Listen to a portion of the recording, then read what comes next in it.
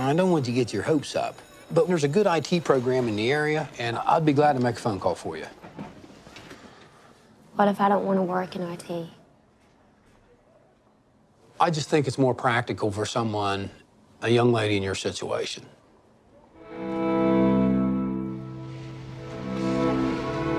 You ever looked around this town? The manufacturing drying up left and right. What's going on? They closed us down. You get a front row seat to how the world works. I don't need some professor of sociology quizzing me on life below the poverty line. It's just smart to hear, trust me. What does that mean? It means here, at least you can see the top. Oh my God. What? You just got into college. Have a life here. That's some life here, huh? Move fast, follow the wires. Modern day gold mines. Sounds illegal. You know, I'm not slow, honey. I know what you've been doing. What about the police? Police ask questions. You stay in this town because you're scared. Scared to call them, scared to leave. You stay here because you're weak. Rather work line 4 than die over scrap. Stop! Hey, get in.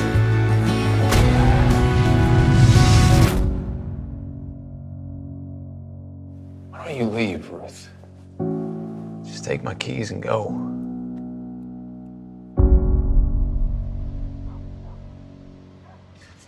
Hello, everyone, and welcome to Cherry the Geek TV. I'm Joe Vanourney. In 2020, writer-director Nicole Riegel was named one of Variety's 10 directors to watch. She's a graduate of UCLA's MFA writing program and was named one of Filmmaker Magazine's 25 Faces of Independent Film. Her debut feature film Holler is due to be released from IFC Films on June 11th. In select theaters and on digital and select video on demand. And she's with us today to talk about that. Nicole, welcome to Cherry the Geek TV. Hi, thanks for having me. You're welcome. Let's talk about the genesis of the film. Give people a brief idea of what Holler is. And I know it's a semi-autobiographical, and it was shot entirely on location in Southern Ohio, where you're from. Give people a sense of what Holler is and how did it come about? Yeah, I mean, Holler is about, you know, a young woman who joins a scrap metal crew in Southern Ohio in order to pay her way to go to college. And it is sort of semi-autobiographical. And I really wanted to, you know, make the film because I was watching a lot of films come out of Hollywood about where I'm from in Appalachia. But no one like myself, like a young woman actually from that region, has ever really been behind the camera to tell that story, and it was really important for me to do that. I'm a big film guy. Whenever films are released, I'm lucky that I live in a city where we have a few theaters that still screen films in 35 millimeter, and I hit all of those screenings. And I love it when filmmakers shoot on film. It doesn't happen as much, very rarely now. You get the gold star because you shot your film on Super 16 millimeter. Talk about that. Why did you choose to shoot on film? Yes, thank you. I mean, I would love it if there was a movie theater. Maybe there is one that only plays films shot on film. How great would that be? And then you go there and you know you're guaranteed that every time. Yeah, you know, it was super important to me. I love when people do it. I don't think every filmmaker has to do it. I think I look at it as like production design or anything else, like or the writing process. Like what does your voice require? Is there a certain color you like on screen? Is there a certain actor, a kind of performance? You know, whatever suits your voice. And for me, my voice is film. Especially for this story, it feels integral to what I do. I've shot digitally before, and it looks great, but it doesn't feel like mine. It doesn't feel like my voice. I love, for this particular film, you know, it was Super 16 millimeter, and just the 1:6:6 aspect ratio was important for, capturing scope of the film, but also keeping it really portraiture. I mean, I think we played with 4:3 at one point.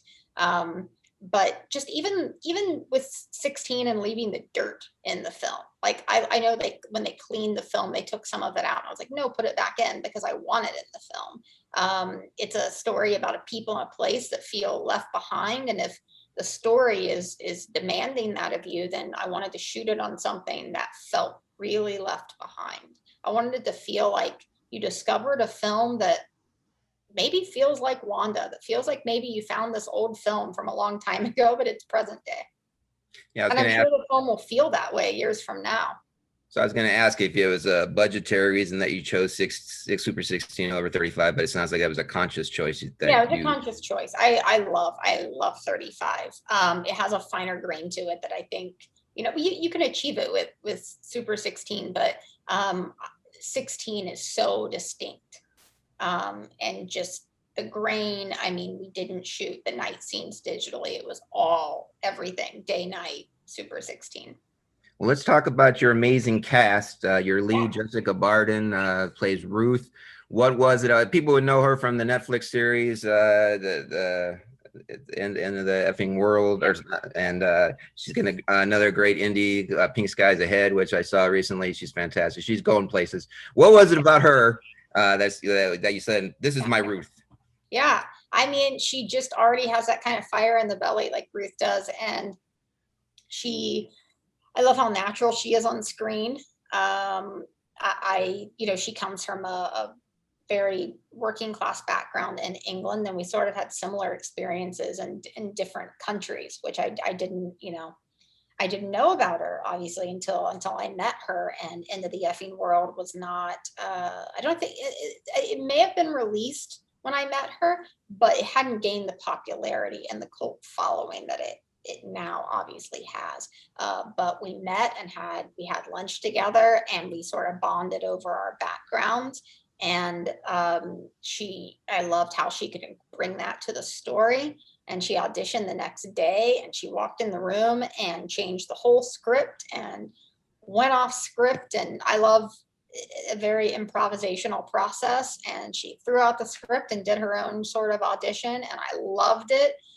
She broke all the rules, and I loved that, and cast her soon after.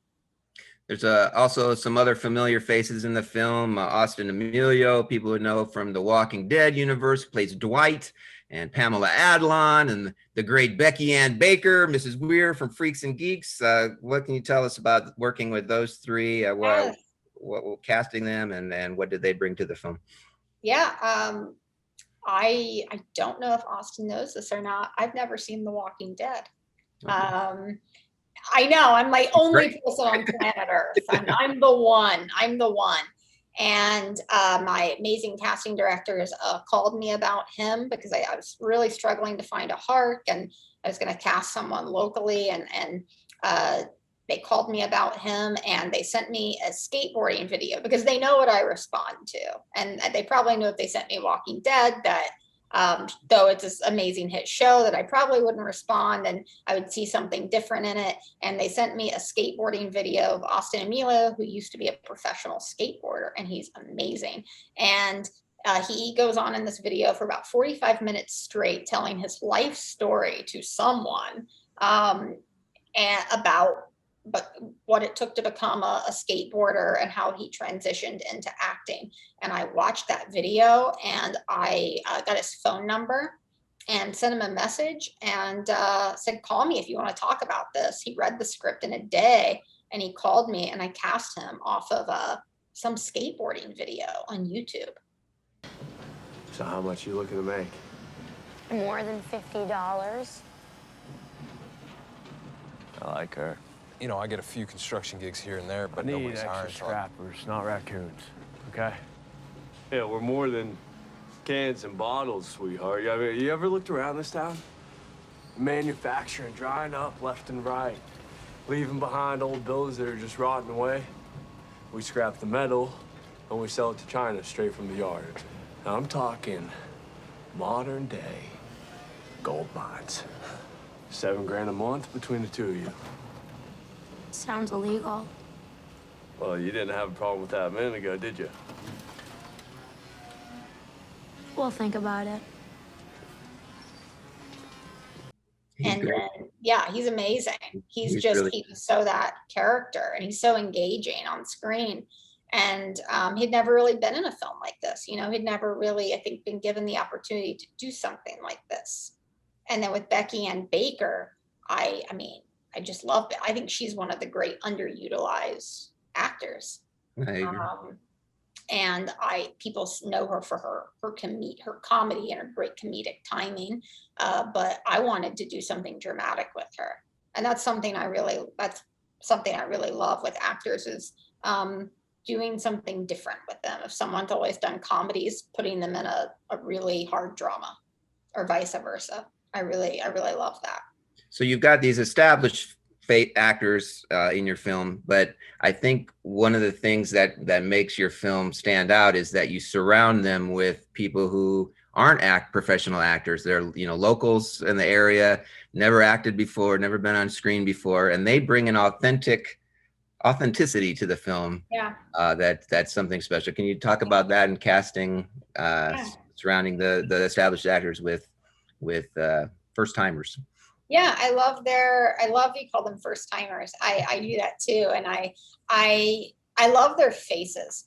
Those are the faces that I love to film. And that's the same reason why I take the makeup off the actors when we made this film, is I don't unless the character calls for it, like Linda called for some makeup because her character, you know, would spray the Aquanet in her hair and put on some sloppy like mascara, like her character would sort of do that. But other than that, I like to take the makeup off. I don't like that on screen. And they were cast for a reason. I want you to look as you are a certain way. I don't want to cover that up. But I love the spontaneity they bring. Like if you're Jessica Barden and you're sitting next to Dwayne Harper, who plays Levi, a fictionalized version of himself at the factory, you don't know what he's going to do. You loosely do, but I love the spontaneity. Like if you're an actor, you really don't know what he's going to say next, and you have to sort of keep the story arc, but go with it. And it's different every time. You made a few short films before this, but this is your debut feature film. What were the biggest challenges that you faced, and were they expected, or were some of the unexpected challenges? And how close is this finished film to what you envisioned in your head when you were writing the script? The challenges with the feature the biggest challenge was getting financing for the feature film. But then when we made the feature film, we made it in a blizzard, and then we were hit with a pandemic. So this film's a survivor story. We joke that this film loves a fight. This film's gone through a lot. But I would say what was the second part of that? How close is how close is it? You envision? There are some differences, but it's very similar. It's very similar. I would say the things I didn't plan on are better than what was in my head at the time. That's what you get when you sort of work with like on location and incorporate all of these spontaneous elements, as you have to just sort of plan on these happy accidents and embrace them. You mentioned the locations. You shot the film in Southern Ohio, which is where you're from. Can you speak to that and those locations? What about those locations made you say, I got to shoot this film where I grew up? Yeah, because I mean, how do you recreate an operational factory with all of those people? How do you do that, you know? And another piece of it is, I think if the Hollywood version is to cast cast extras, and you say who works there, you say, I think, 50 white men work in this factory. That's not true. You go there and there's all kinds of women. There's young women, there's older women, there's just such there is a racial diversity of people working in the factory. There's older men, there's young men, and if I go there and I show you what it really is, that's what it is. That's who's working there that day. And also just the logistics of making a film. To go there is easier. It's easier for production design, for costume design. With those kinds of locations, I really didn't give my production designer much to do. We're sort of there. Like, I remember him walking in the break room and being like, it's kind of done. Like, there's not much. We could put some Gatorade bottles on the table, but we're sort of finished here. Our work here is done. So you get a lot of value out of going to like places on location. Well, the film is called Holler. It's coming out on June 11th from IFC Films in select theaters and on video on demand. It's a great film. Like I said, very authentic. It's kind of a slow burn. You feel, but by the time the film's over, you feel like you've lived with these characters. You feel their burdens, but you also get to laugh with them a little bit and really get inside their lives and be very proud. Check it out. Check out Holler. And Nicole, thanks for chatting with us today. Jerry the Geek TV. Thank you, Joe.